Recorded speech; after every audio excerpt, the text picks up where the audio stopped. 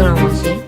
PSM News ရဲ့မတ်လ18ရက်နေ့အတွက်ပြည်내နေတိုင်းအသီးသီးကမိုးလေဝသအခြေအနေတွေကိုတင်ပြပေးပါမယ်။မတ်လ16ရက်နောက်ပိုင်းကစတင်ပြီးအရှေ့မြောက်မုတ်တုံစောင်းမုတ်တုံတွေအားလျော့နေသွားပြီဖြစ်ပြီးအိန္ဒိယနိုင်ငံမြောက်ပိုင်းမှာလေစီးကြောင်းများကတော့ဆက်လက်အားကောင်းနေဦးမှာဖြစ်ပါတယ်။ယခုတစ်ပတ်အတွင်းမင်္ဂလာပင်လယ်အော်နဲ့ကပ်ပလီပင်လယ်ပြင်တို့မှာတိမ်တင်းတင်းမှတိမ်ထူထပ်နေမှာပါ။ကပ်ပလီပင်လယ်ပြင်မှာတိမ်ထူထပ်ပြီးမိုးရွာသွန်းနိုင်ရည်ရှိပေမဲ့လည်းလေဖိအားနဲ့ရေဝန်းဖြစ်ပေါ်လာနိုင်ကြတော့မရှိဘူးလို့တွေးရှိရပါတယ်။မြန်မာနိုင်ငံပေါ်မှာလေဝေလိုင်းတွေရွေလျားရောက်ရှိနေတာကြောင့်ဒီကနေ့မှာတော့ကချင်ပြည်နယ်၊စကိုင်းတိုင်း၊ချင်းပြည်နယ်၊မကွေးတိုင်း၊မန္တလေးတိုင်း၊ရှမ်းပြည်နယ်၊ပဲခူးတိုင်း၊ရန်ကုန်တိုင်း၊အေရဝတီတိုင်း၊ကရင်ပြည်နယ်၊ကီပြည်နယ်နဲ့တနင်္သာရီတိုင်းတို့မှာနေရာကျကျမိုးထစ်ချုံရွာသွန်းနိုင်ပါတယ်။အထူးသဖြင့်ကချင်ပြည်နယ်၊ကရင်ပြည်နယ်နဲ့ရှမ်းပြည်တောင်ပိုင်းတို့မှာတော့နေရာကွက်ပြီးမိုးကြီးနိုင်တဲ့အတွက်ရေကြီးမြေပြိုခြင်းအန္တရာယ်တွေကိုကြိုတင်သတိပြုကြဖို့လိုအပ်ပါမယ်။ကချင်ပြည်နယ်ဘက်မှာတော့မိုးကြိုးပစ်ခြင်းနဲ့လက်စည်းလက်ချင်းတွေဖြစ်ပေါ်လာနိုင်တဲ့အတွက်လယ်ကွင်းနဲ့တစ်ပင်အောင်နဲ့ရေပြင်ထဲမှာမနေထိုင်ကြဖို့အထူးသတိပေးလိုပါတယ်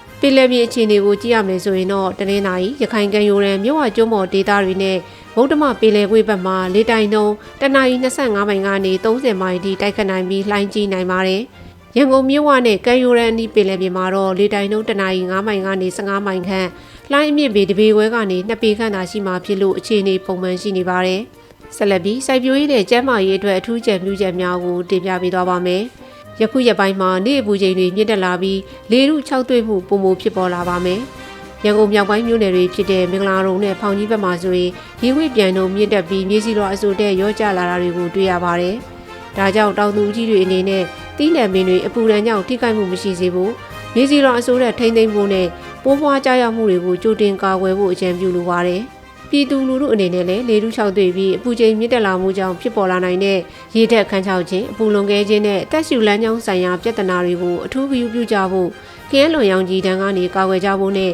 ရာသီဥတုအခြေအနေအလိုက်ကြိုတင်ပြင်ဆင်မှုတွေပြုလုပ်ကြဖို့တိုက်တွန်းလိုပါတယ်။မတ်လ16ရက်နောက်ပိုင်းကစတင်ပြီးလေထုညဉ့်ညမ်းမှုအခြေအနေတွေကတော့တဖြည်းဖြည်းရောကျသွားဖို့ရှိနေပါတယ်။တနိုင်ငံလုံးမှာရှိတဲ့ပြည်သူများအားလုံးရာသီဥတုအခြေအနေကိုဂရုပြုစီရင်ကြဖို့အကြံပြုရင်းဒီကနေ့အတွက်မိုးလေဝသခန့်မှန်းချက်တွေကိုဒီမှာပဲရန်နာပြစေရှင်။ကျမတို့ရဲ့မိုးလေဝသအခြေအနေတွေကိုစောင့်မျှော်ကြည့်ရှုအားပေးနေကြတဲ့ပရိသတ်တွေနဲ့အတူမြန်မာနိုင်ငံသူနိုင်ငံသားအားလုံးတဘာဝဘေးဆရာနာရှင်ဘေးတို့မှကင်းဝေးပြီးကိုယ်စိတ်နှပါကျန်းမာရွှင်လန်းချမ်းမြေ့ကြပါစေရှင်။